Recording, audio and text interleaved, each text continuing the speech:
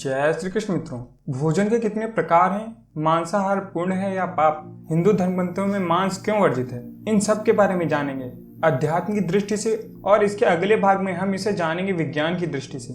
श्रीमद् भगवद गीता के अनुसार भोजन 3 प्रकार का होता है, सात्विक, राजसिक एवं तामसिक। श्रीमद् भगवद गीता के 17वें अध्याय के 8वें, 9वें तथा 10वें श्लोक में भगवान श्री कृष्ण ने कहा है, जो भोजन सात्विक लोगों को प्रिय होता है वह आयु बढ़ाने वाला, जीवन को शुद्ध करने वाला तथा स्वास्थ्य, सुख और तृप्ति प्रदान करने वाला होता है। अत्यधिक कड़वे, खट्टे, नमकीन, गर्म, चटपटे, शुष्क तथा जलन उत्पन्न करने वाले भोजन राजसिक लोगों को प्रिय होते हैं। ऐसे भोजन दुख, शोक तथा रोग उत्पन्न करने वाले होते हैं। अधपका, खाने से 3 घंटे पूर्व पकाया गया, बासी, स्वादहीन, सड़ा, जूठा, ऐसा भोजन तामसिक लोगों को प्रिय होता है। अगर राजसिक भोजन ही बीमारियों का घर है तो आप समझ सकते हैं कि तामसिक भोजन से किस प्रकार के नुकसान होते होंगे। चलिए जानते हैं गरुड़ पुराण की इस रोचक कहानी के माध्यम से। एक बार श्री कृष्ण पेड़ के नीचे बैठे बांसुरी बजा रहे थे। उसी समय एक हिरण दौड़ता हुआ आया और उनके पीछे जाकर छुप गया। वो हिरण बहुत ही घबराया हुआ था।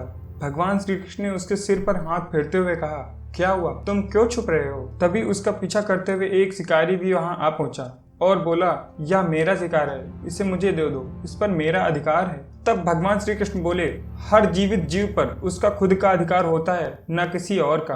तब वह शिकारी क्रोध में बोला, यह मेरा शिकार है, इसे मैं पकाकर खाऊंगा। तब भगवान श्री कृष्ण बोले, किसी जीव को मारकर खाना पाप की श्रेणी में आता है। क्या तुम पाप के भागी बनना चाहते हो? क्या तुम धर्म को नहीं जानते? तब वह शिकारी बोला, मैं तुम्हारे जितना शिक्षित तो नहीं हूँ कि यह जान सकूं कि मांसाहार पुण्य है या पाप, पर मैं यह जानता हूँ कि जीव को मारकर खाना, इसमें कोई हर्ज नहीं है। वैसे भी मैं इसको मारकर नीच योनि से मुक्ति दिलाकर पुण्य ही कमा रहा हूँ। शास्त्रों में भी बताया गया है कि राजा लोग शिकार किया करते थे।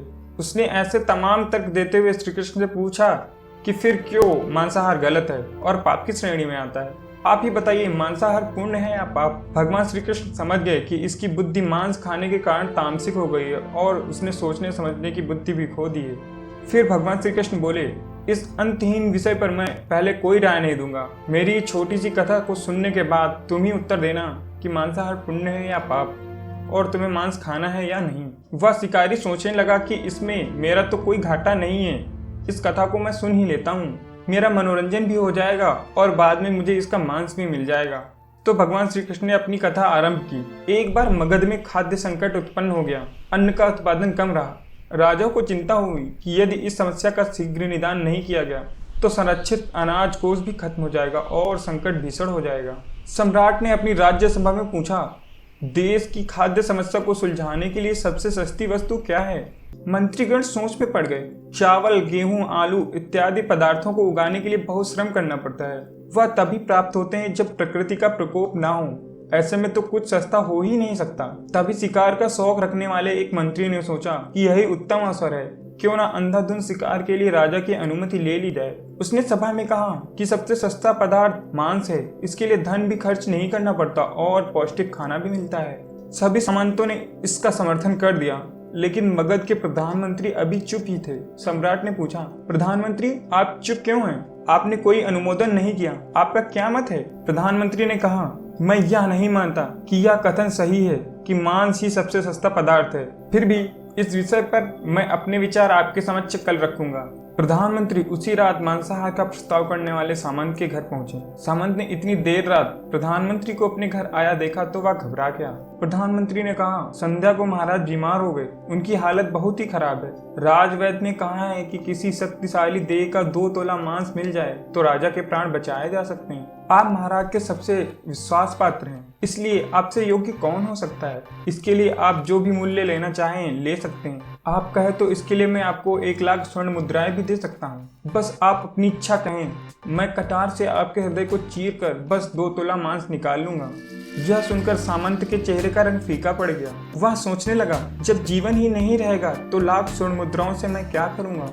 वह झटपट अंदर भागा और अपनी तिजोरी से 1 लाख मुद्राएं लेकर आया। मुद्राएं देकर उसने प्रधानमंत्री के पैर पकड़ लिए और गिड़गिड़ाते हुए बोला, श्रीमंत, मैं आपकी 1 लाख मुद्राओं में अपनी यहाँ 1 लाख मुद्रा और मिलाता हूँ। इस पैसे से आप किसी और सामंत के हृदय का मांस खरीद लें, किंतु मुझे जाने दें, यह बात किसी और को पता न चले, मैं आपसे आग्रह करता हूँ। प्रधानमंत्री जी यह सब समझ चुके थे, वह उसे थोड़ी और मानसिक पीड़ा देना चाहते थे। प्रधानमंत्री ने आगे कहा, सामंत आप शरीर से बलिष्ठ हैं, आपकी कद काठी महाराज से मिलती जुलती है, इसलिए राजवैद्य ने खास तौर पर आप ही का नाम लिया है। आपके दान से हमारे अच्छे राजा की जिंदगी बच सकती है। आप कहें तो मैं आपको मंत्री पद देने के लिए तैयार हूँ और खुद आपका कर्मचारी बनकर रहूंगा, पर प्रजा से हमारे राजा न छीने। सामंत तो फंसता हुआ दिख रहा था। उसने शरीर पर अंग वस्त्र रखकर अपने जूते भी पहन लिए। जैसे ही वह वहां से भागने वाला ही था, उसने याचना की कि प्रधानमंत्री, मैं इसके योग्य नहीं हूँ। जब प्राण ही नहीं रहेंगे तो प्रधानमंत्री पद या राजा का सिंहासन भी मिल जाए तो मैं उसका क्या करूंगा।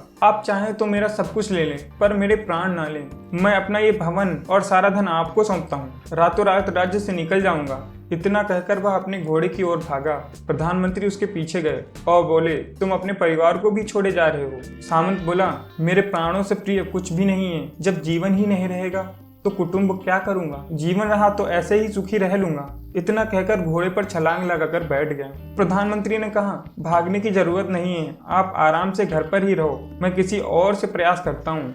यह कहकर प्रधानमंत्री वहां से चले गए। प्रधानमंत्री के वहां से जाने पर सामंत के अंदर कुछ जान तो आई, परंतु बेचैनी बनी रही। मुद्राएं लेकर प्रधानमंत्री बारी बारी से सभी सामंतों के घर पहुंचे और सभी से राजा के लिए हृदय का 2 तोला मांस मांगा, परंतु कोई राजी नहीं हुआ। सबने अपने बचाव के लिए प्रधानमंत्री को लाख और 5 लाख मुद्राएं तक दे दी। इस प्रकार प्रधानमंत्री ने एक ही रात में करोड़ों स्वर्ण मुद्राएं जमा कर ली। अगले ही दिन राजसभा में सभी सामंत समय से पहले ही पहुंच गए। सभी यह जानना चाहते थे कि राजा स्वस्थ हैं या नहीं, लेकिन कोई भी किसी से भेद नहीं खुलता था। सबको राजवैद्य की तलाश थी, उनसे ही कुछ सूचना मिल सकती थी। राजा सभा में अपनी चिर परिचित गति में आए और अपने सिंहासन पर आकर बैठे। सभी सामंतों ने देखा कहीं से भी राजा उन्हें अस्वस्थ नहीं लगे। उन्हें तो कुछ हुआ ही नहीं था।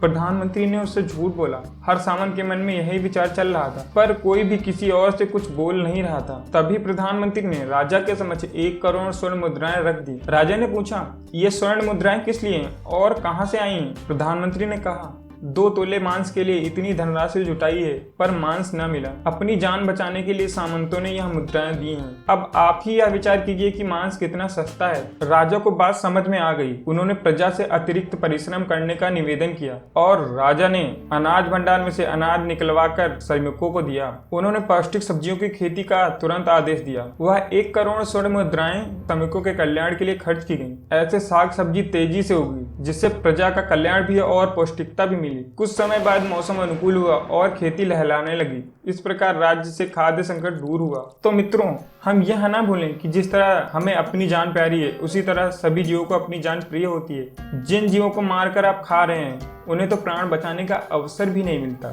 बर्बरता सिर्फ वही नहीं है जहाँ सिर्फ मानव का रक्त बहता है। बर्बरता उससे भी कही जाती है जहाँ स्वार्थ के लिए किसी जीव की हत्या कर दी जाए। जब वह जीव हमारे लिए काटा गया और हमारे लिए तड़पा, उसका श्राप हमें इस जीवन में नहीं बल्कि अगले जीवन तक नहीं छोड़ेगा। परमात्मा से यह ज्ञान पाकर शिकारी परिपूर्ण हो गया और उसे ज्ञान की प्राप्ति हो गई और वह जान गया कि महानता जीवन लेने में नहीं बल्कि जीवन देने में है। शिकारी भगवान के आगे हाथ जोड़कर वहां से चला गया और उसने कसम खाई कि वह संपूर्ण जीवन में किसी को कभी चोट नहीं पहुंचाएगा। तो आइए संकल्प करें, आज से मांसाहार को त्याग करके शाकाहार अपनाएंगे, जिससे कोई भी जीव बिना मौत मारा नहीं जाएगा। कैसी लगी हमारी यह जानकारी हमें कमेंट करके अवश्य बताएं और जुड़े रहें गीता सत्व के साथ।